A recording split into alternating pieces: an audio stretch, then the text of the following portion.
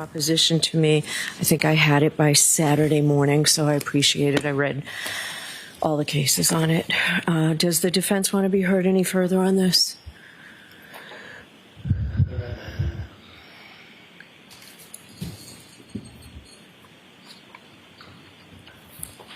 Yes, briefly. Okay.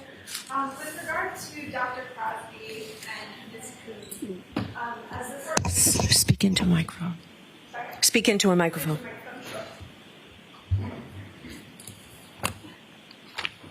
With regard to Dr. Crosby and Ms. Coon, the Commonwealth has been on notice that the defendant intends to present a defense regarding the arm injuries, that this was caused by a dog bite. They have been on notice of that, not just for months, but for years.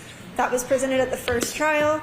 The Commonwealth does not have a right to rebut information that they have been on notice of from the start of the case. So their decision to wait for rebuttal to call these two witnesses is improper, and we're asking the court to exclude their testimony. All right. As it relates to Dr. Welcher, the scope of his testimony, our request is that be limited to very specific information, specifically responding to the new testing that ARCA has done. As the court knows, the Commonwealth has proposed a number of new testing ideas as well as information that is greatly outside the scope of what ARCA intends to testify to.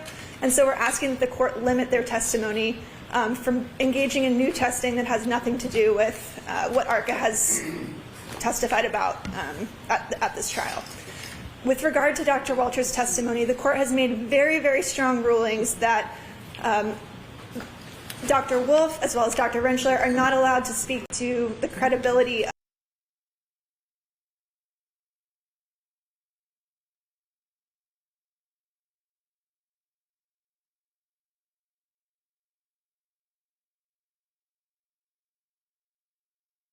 Mr. Brent, thank you. Mr. Brennan, do you want to be heard?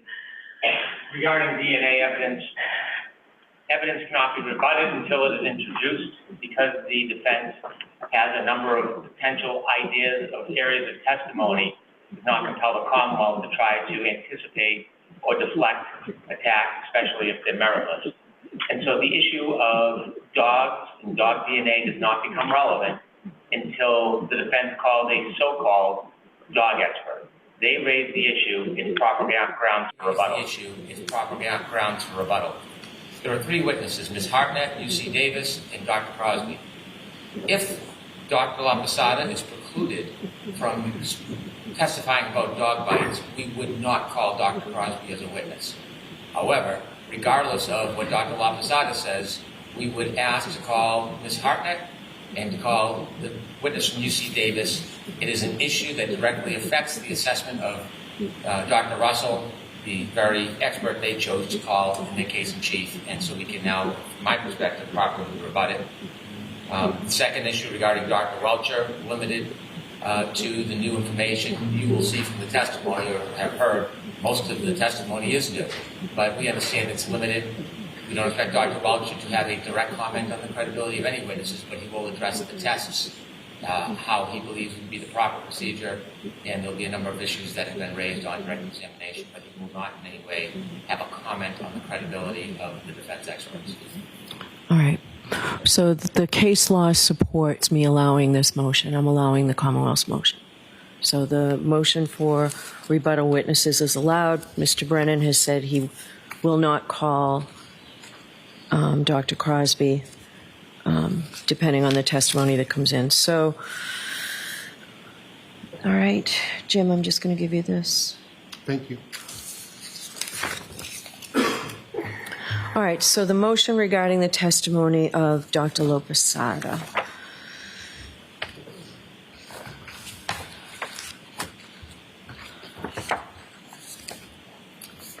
So the Commonwealth is moving specifically to exclude, there's a motion to exclude irrelevant photographs. We'll deal with that after the main motion to exclude certain testimony. So if we start on page 7 of the report, that's where you want me to start, Mr. Brennan?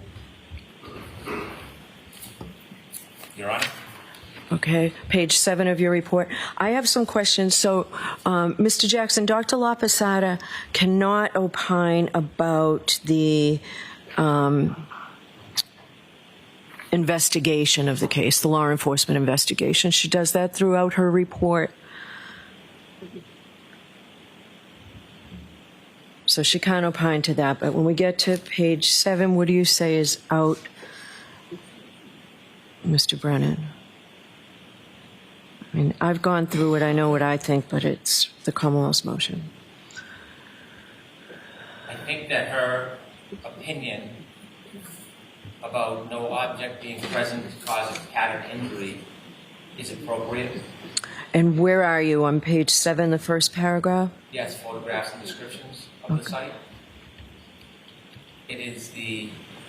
All right, I might have a different page 7.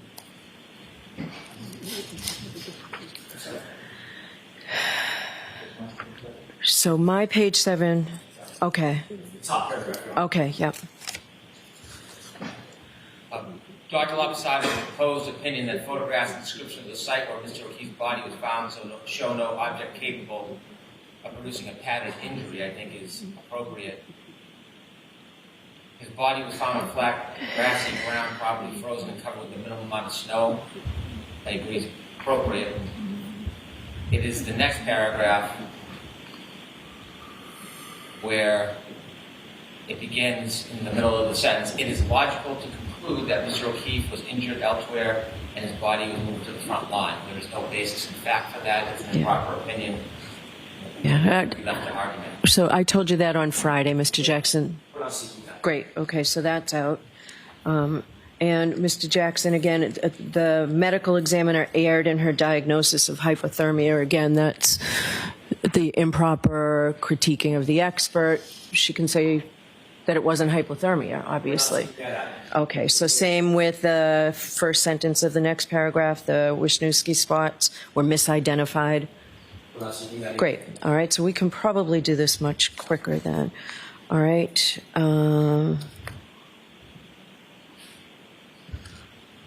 All right, so page 8 is fine. So now we go to page 10.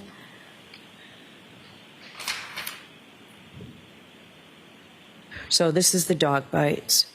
So if you want to pick it up at, what does the Commonwealth say about this? At this point, there's no basis provided that she has the training, expertise, methodology to provide an opinion regarding a dog bite. What's the offer of proof on this, Mr. Jackson?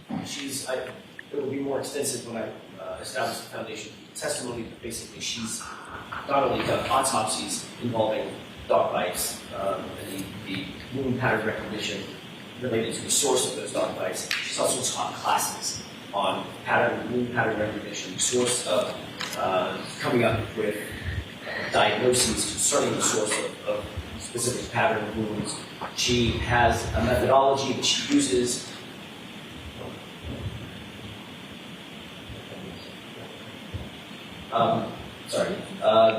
Medical school classes, if I didn't mention the course. What does she teach?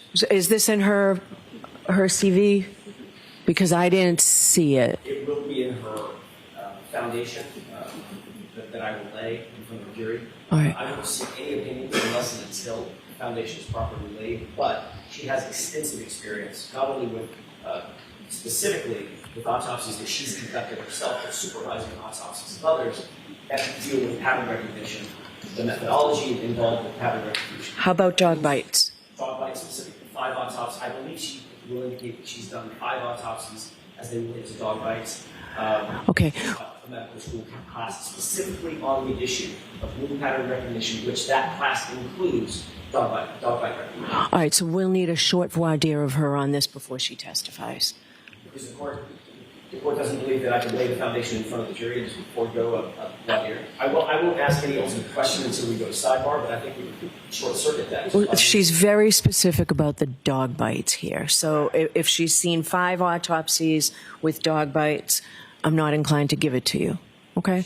Seen only 5 in her 40 years or whatever. It's not that she's only seen 5, she's performed 5 autopsies. Okay, so that's why we need a voir dire. So we need a very short voir dire. She's also been qualified on the issue of dog bite wound pattern recognition in federal court as well. Okay. So she has a plethora of foundations. Has that been provided to the Commonwealth in advance of today?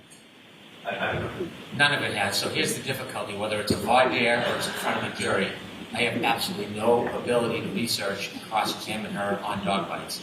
She can say she had 1 case or 50 cases, that she testified in state or federal court, or she took a class. I can't verify it. I can't contradict it. I have no ability to prepare for this witness about her basis, methodology, and experience in dog bites. What I have is her showing a couple pictures that she pulled from a book, and then she has some Google or Shutterstock research in her report.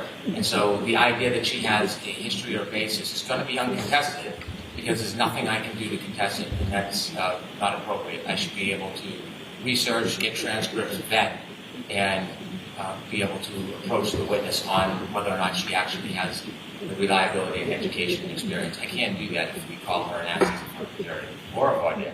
No, that's where, if we want to compare apples to apples, Dr. Wolf, AZ Wolf, was allowed to testify, specifically testify to the wound pattern, his interpretation of wound pattern recognition back then. That was nowhere in his report. That was objected to by the defense. Mr. Alessi, in his sidebar, strenuously objected, said this is nowhere in the report, we didn't have any notice of this, and the court said, overruled, he's allowed to testify to the pattern of recognition, at least in his mind, you can cross-examine him on it.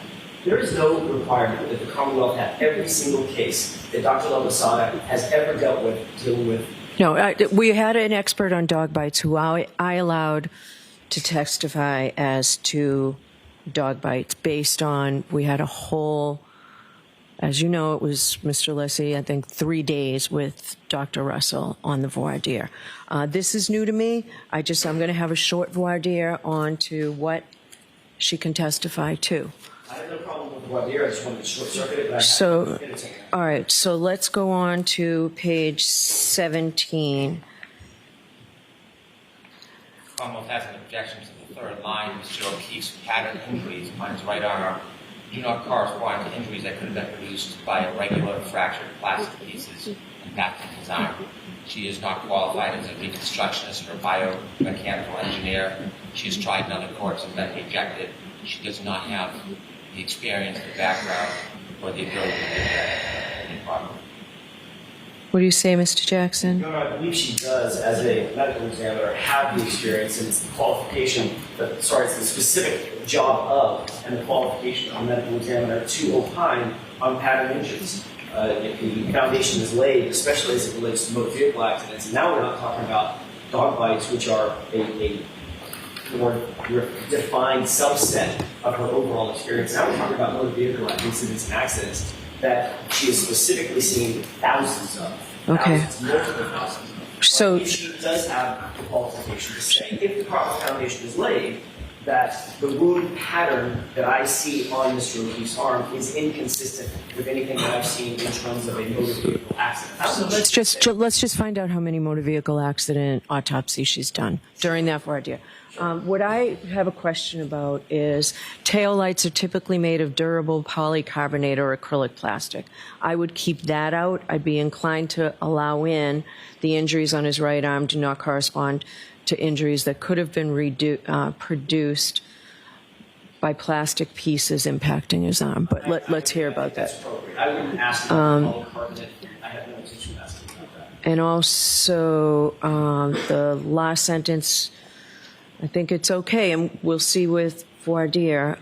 Neither did his skin show any array of irregular, unpredictable, randomly scattered cuts and scrapes, assuming she has experience with autopsies of motor vehicle accidents.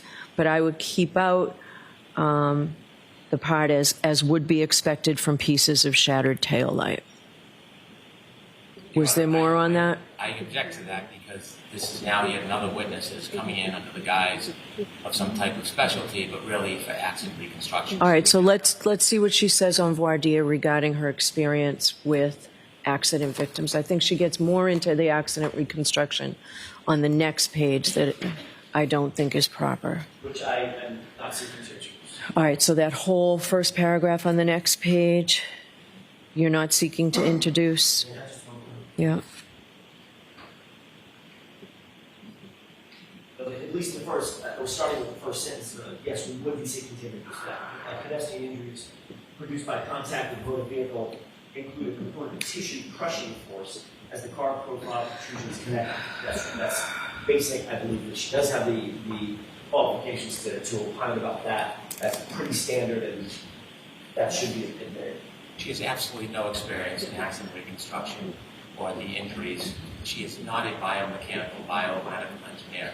They have one, and he's going to testify to it. Yeah, I have that as out, Mr. Jackson. The reason that I believe that it's appropriate is because you don't have to be a biomechanical engineer to understand when you see, for instance, a known pedestrian accident, what are the results, especially if you've seen hundreds or maybe even thousands, what are the results that you typically see in the wound patterns, for instance, crushing forces, broken bones, fractured bones, crushed soft tissue, things of that nature, internal bleeding. That's the province of medical exam. Okay. That's exactly what they are trained to identify and to opine on. Okay, so I wouldn't get into things like, for instance, what she doesn't have the experience to do is say, when a car is involved in a rollover collision, these are the mechanical forces that are exerted on the body during a rollover, and the G-forces that are subject, that the body is subject to in rollover, things of that nature. When a car is impacted head-on by another car, there are a number of G-forces that are put upon the body, etc. Those are biomechanical issues, have nothing to do with her expertise, and I wouldn't be seeking anything like that. But once the body is removed from the car, and then it's on the autopsy table, that's where her expertise begins to fly. okay, She can talk about, and I believe she has the experience and the qualifications to talk about, what the body suffers at the hands of a vehicle, pedestrian incident, or accident. okay. So the first two sentences are out. The third sentence, she can testify that Mr. O'Keefe had no bruising on his arms or torso. And she can testify, and she cannot say that would have resulted from the impact with the SUV rear profile. She can say Mr. O'Keefe did not have bruises on his legs. She cannot say from bumper contact, but she can say as shown by dissection of leg tissue and muscle at autopsy. And she can't testify to anything else in that paragraph. Okay. Your Honor, is the court ruling that she cannot say anything about the human body contacting a motor vehicle? That sounds like what the court's saying. No. I think that's too narrow a ruling. It is. You can put this in, what I said you could put in, can come in, and the rest cannot. We could. And just for point of clarification, if I ask her, would you expect, I'm just going to make it a hypothetical, would you expect if his legs were contacted by a moving vehicle, would you expect to see a bruise or contusion? What do you say about that? I object. One, it's leading. Secondly, Well, I'm not asking the question. Secondly, this is asking to have Dr. LaPosada do accident reconstruction. She's not assessing a wound. I'd ask you to consider the case of Cromwell v. Tompkins, appeals court. I think we provided it, 105 Mass. App 1124, 2025 case. And a similar attempt was made to try to use Dr. LaPosada as a biomechanical accident reconstructionist. The trial judge did not credit her proffer and found that she failed to meet the requisite criteria pursuant to Daubert Lanigan. And so recently it's been found by at least another court that she is not competent to do this. Because she's a medical examiner, does not allow her to come in and start endorsing or vouching for the ARPA witnesses. They already have witnesses to do that. And so not only on page 18, going back to page 17, about the pattern injuries don't correspond to injuries to a light, she would only know that if she had the training experience. I'm sorry, where? You said on page 17 you would allow Mr. O'Keefe's pattern injuries on his right arm do not correspond to injuries that could have been produced by a regular fractured plastic pieces impacting his arm. That's not her role as a medical examiner. That is the role of a reconstruction or a biomechanical engineer. And she clearly is not competent, at least as cited by the appeals court, to have that type of opinion. And so there's one thing to assess wounds, there's another to try to correlate or draw a distinction between the wounds in a car collision. It is essentially giving an opinion to the jury, he didn't get hit by a car. That is the core fundamental theory of the defense. This is simply trying to bootstrap another witness to give that opinion. That's improper. All right. Sure. Mr. Brennan's going to cite the Tompkins case. He needs to cite the Tompkins case. That dealt with a situation in which the witness was called, and she was asked by the lawyers, specifically in that case, the people that called her, the lawyers that called her, to opine about blood-stain pattern recognition, blood spatter evidence on the driver's seat versus the passenger seat, and what her opinion was about who actually was driving the vehicle. It was a rollover collision in which people were ejected from the car. She was then asked to opine about bloodstain patterns in the driver's seat and whether that was more or less consistent with the blood, the originator of the blood, one particular individual, was he more likely in the driver's seat or the passenger seat at the time of the bleeding, and was it before or after the rollover? Very, very different set of facts. And of course, that is a biomechanical engineer's province. And the court was correct in saying, I'm not going to credit her testimony on that issue, but that's what she was asked. She opined on it, and the court said, I'm not going to credit her testimony. All right, so This type of analysis and movement pattern recognition, which is what she's being asked to do. so let's see with her voir dire this morning. Okay. She actually was allowed to testify about blood spatter. It is the reconstruction testimony that she was not allowed to testify about. I read the Superior Court judge's decision. I have not read the appeals court rescript, so I need to do that. I'd like to get going, but there are photographs of inside the garage. You intend to put this in through Dr. Lopasada? No, not through. Through whom? Yeah, can I do this? With regard to these photos, well, ultimately, the Lopasada will be shown them, correct? That they'll be introduced through our investigator who took the photos. We intend to call that investigator after Dr. Wolf testifies. And what will that investigator say? These are photographs.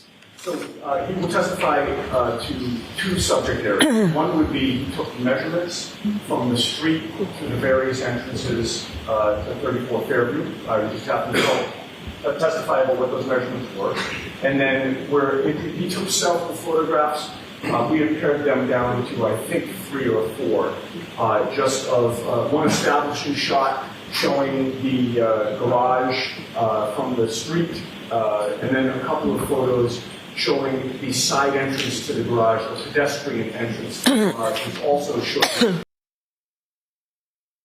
Purpose.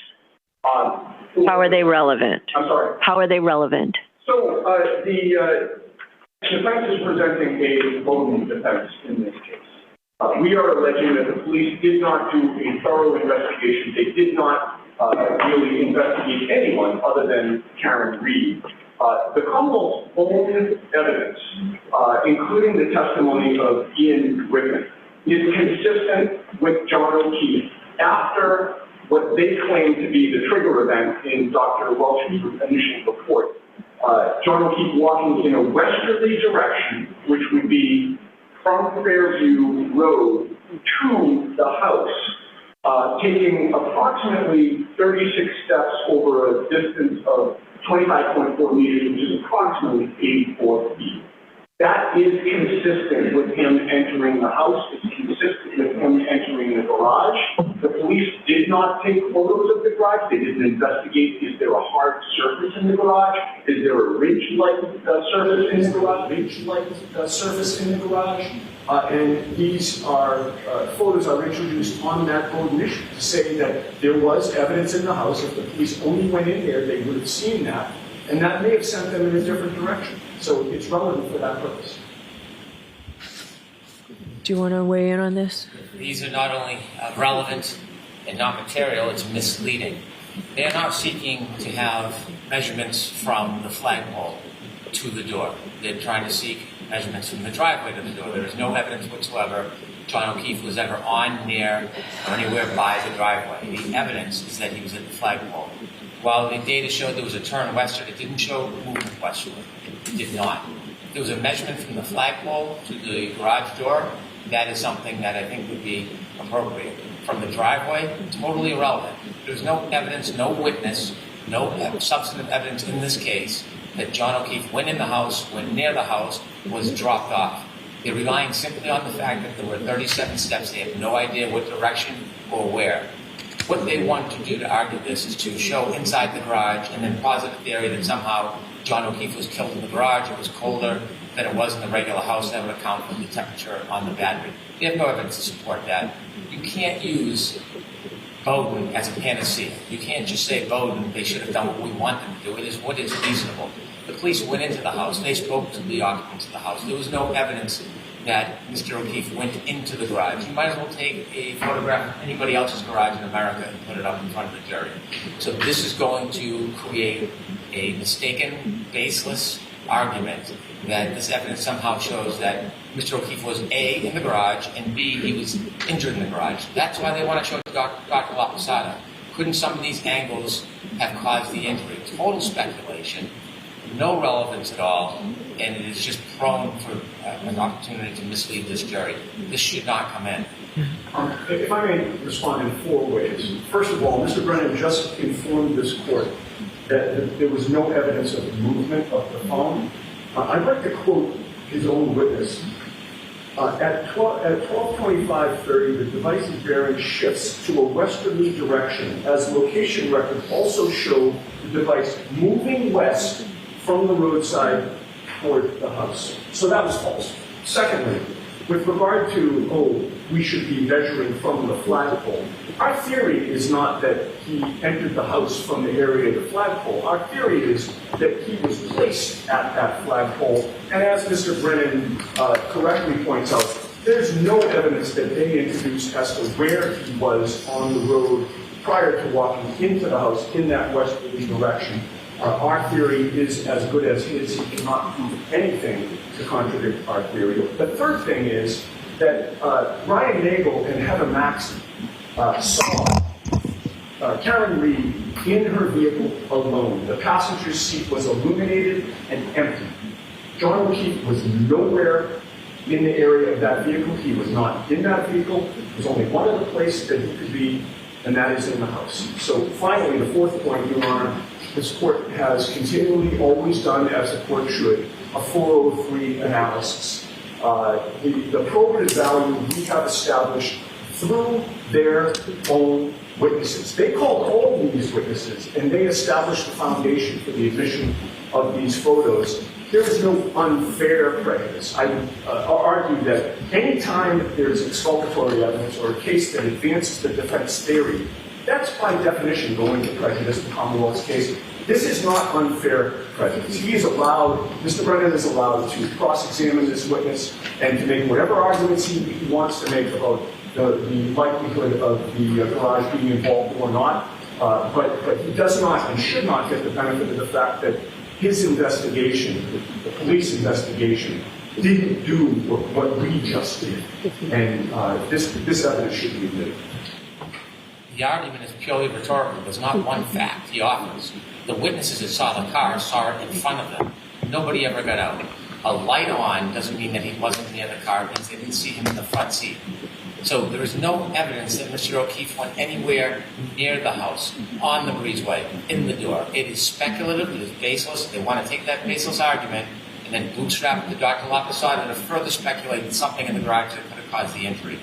That is not Bowden. That is not a due process right. That's not 403. It's empty. It's no factual predicate whatsoever. Okay. So The only other thing, just to put a cap on this, the location data circles, again, Mr. Brennan's own evidence, he introduced it, puts John O'Keefe in the house as well.